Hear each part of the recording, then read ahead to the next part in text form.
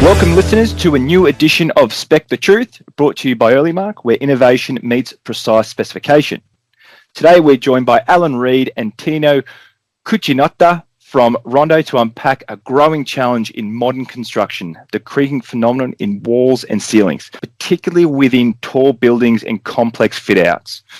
As one of Australia's leading manufacturers of wall and ceiling systems, Rondo has been at the forefront of research, testing and developing practical solutions that move beyond conventional detailing.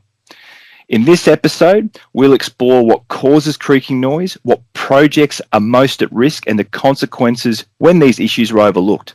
We'll also follow Rondo's journey from early testing at Swinburne University in 2017 to the latest 2026 Quantro Pro isolation solution, while discussing why solving creaking requires a whole project approach and better coordination during the design and installation. Alan, first to yourself, mate, what the creaking phenomenon is and which projects are most at risk? Yeah, thanks, Michael. The creaking phenomenon is a really nasty noise annoyance, and it's really just that.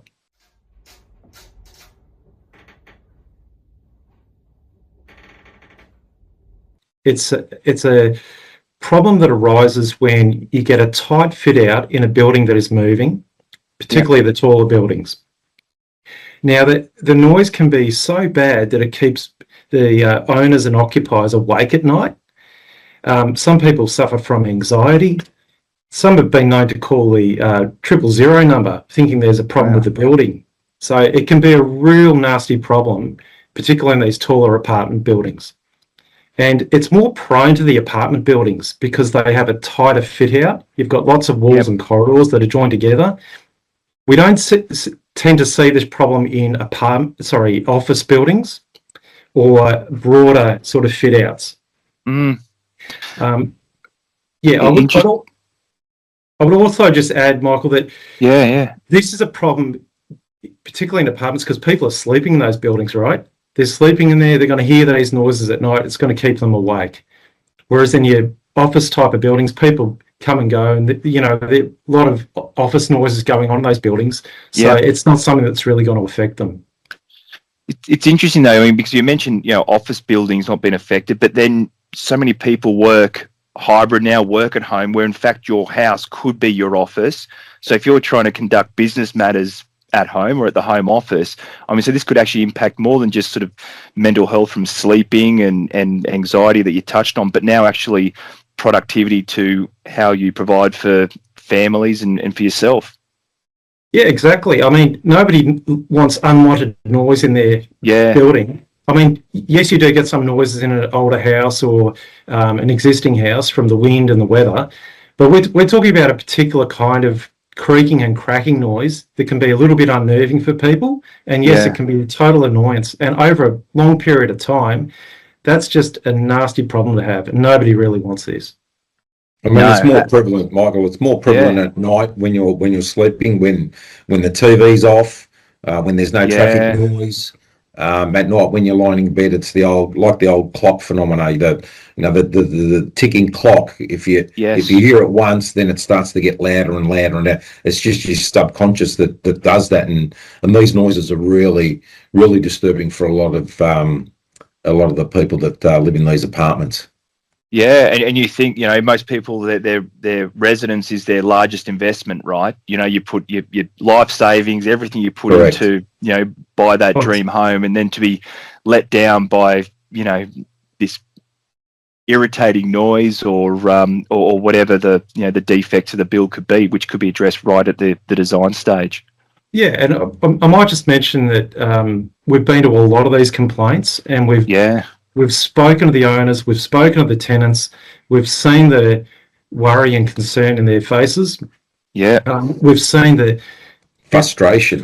Yeah. And, these problems are protracted over long periods of time while they go through tribunals or, resolutions. So, but even as they try and resolve it, some people live with apartments that have been stripped out for the last 5-6 months where they can't identify the sound. And we went to one recently that they'd been going on for 6-7 months, and they just couldn't identify. And this poor lady was, you know, a part of ceilings ripped out, walls cut out half, so plastic on the floor. So it also disrupts your normal life.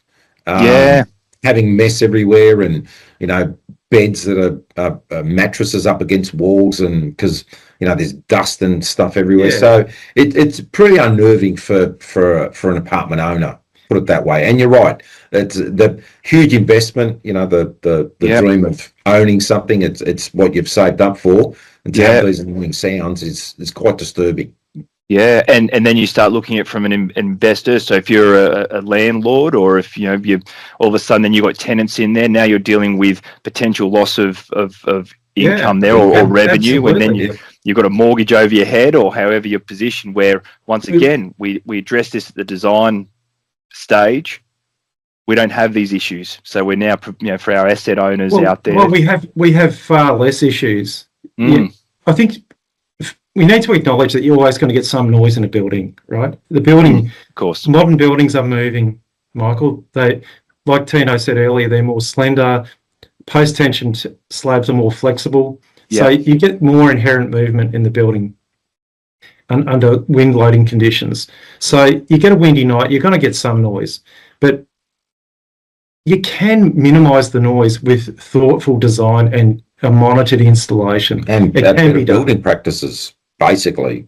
It starts with the architect. So if we get the design right and follow all the way through with the design and the builder ensuring that they follow design and the contractor installed it as per the recommendation, then those noises can be mitigated. We're not saying that we'll completely eradicate them, because you can never guarantee that, because buildings move at a different rate. But to minimise the sound to an acceptable level, I think is really, really important. And I think we need to get people to understand the consequences and how to get around this, because at the end of the day, it's not a good outcome for anyone. For the architect whose reputation is sometimes on the line, the builder who builds it, and then the end user as per se, then that's not a good outcome for anyone. So, and I think a lot more awareness has to be made aware, and I think that's vitally important. I think if you understand that the way these problems eventuate, or how they are resolved, Michael, they often go through a process like VCAT in Victoria, which is a tribunal. And that can take a long time, right? So the owner might complain. This could take maybe 6 months or a year or even longer for the builder to actually take some action, or they may not take action. So like it's really quite an ugly process to walk through. And I think, it's not just going to affect the owner or the occupier. It's going to, draw in the builder, maybe the contractor. It might pull in the architect eventually. It might pull in consultants. So we've been on sites recently where the owner of the apartment engaged their own consultant to try and understand the problem. So who pays for this? It just becomes an all-encompassing problem. But the other thing too is that one owner complains, and then people know each other within that building. They go, I've got noises too. I hear noises too. Then they start to put in a complaint. So now not only becomes one apartment, it becomes 2, 3, 4, 5 apartments. Where people go, I've got noise. And then the builder's inundated with all these problems, and then VCAT. And so this could drag on for a long, long time.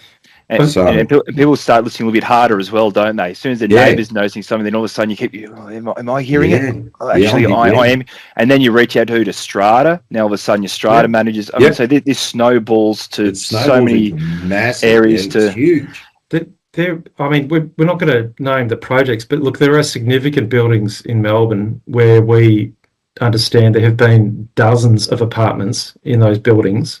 One particular building, there's been many apartments fully gutted, fully rectified. I mean, that's a lot of disruption for people. I mean, when they get an apartment, we're talking about getting plumbers into decommission work. We're talking about the painter coming back, plumbers. It's just a lot of messing around to do. Yeah. Some people have to be relocated as well. Some people relocate into hotels in the interim while they strip out the apartment, and so that's a big disruption to your life. Curious. We hear a lot that within the design and different things in the industry. Have you come across any myths, anything that we need to debunk, or this might be a good opportunity to unpack? Thanks, Michael.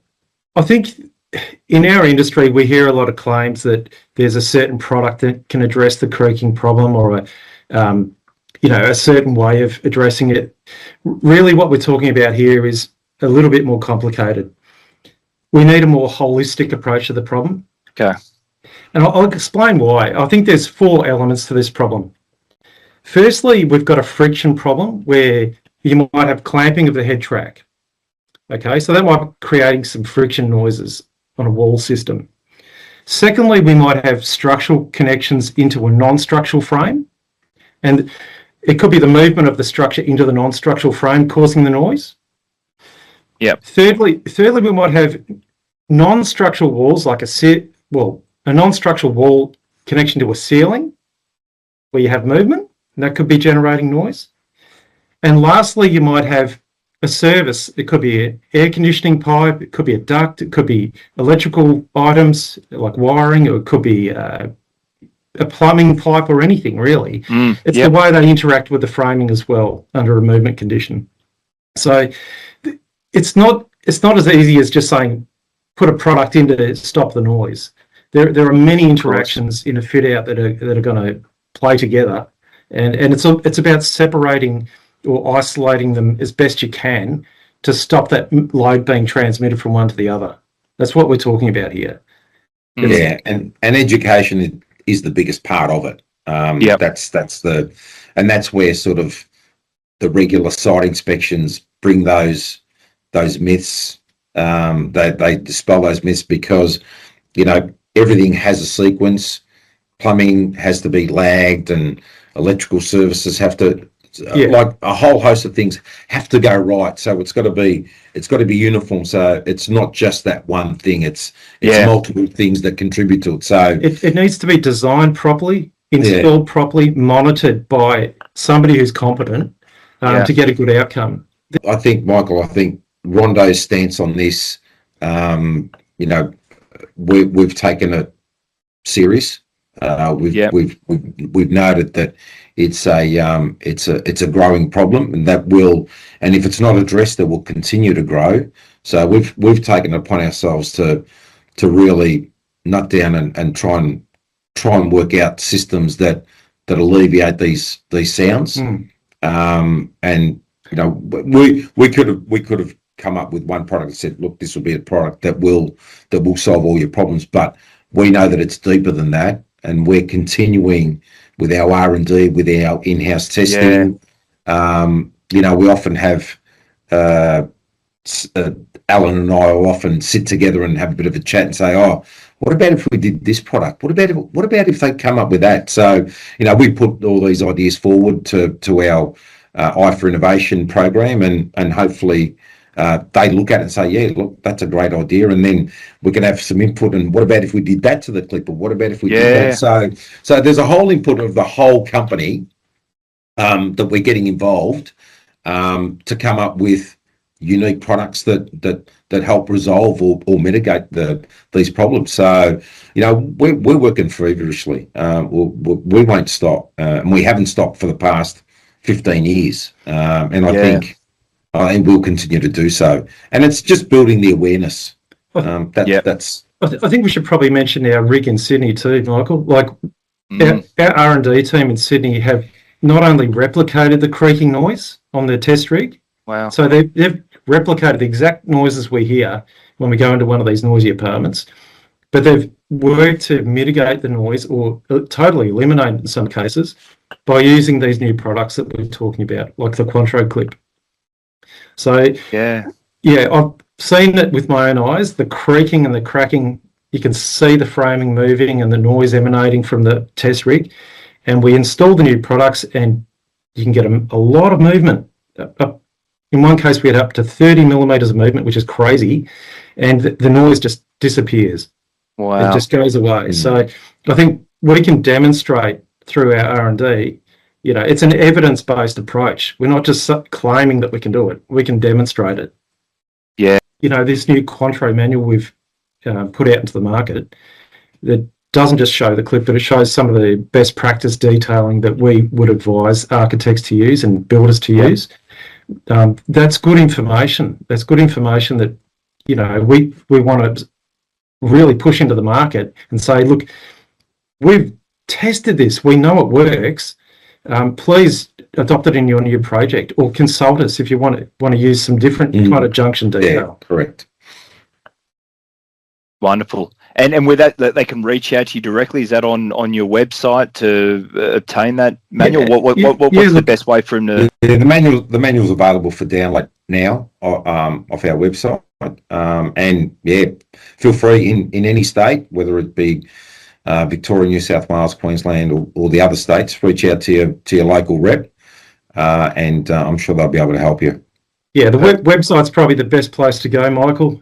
Yep. All the new manuals, all the information is there. But yeah, if you want specific information for your project, consult us. Somebody in your local state.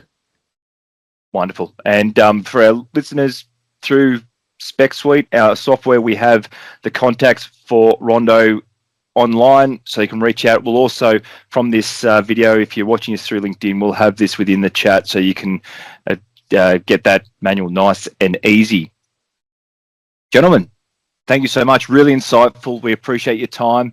As I said, if anyone's out there watching this, we'll have all the contacts for Rondo that you need through Earlymark. Thanks, Michael. Thanks, Michael. Thanks very much. Thanks, team. Thank you.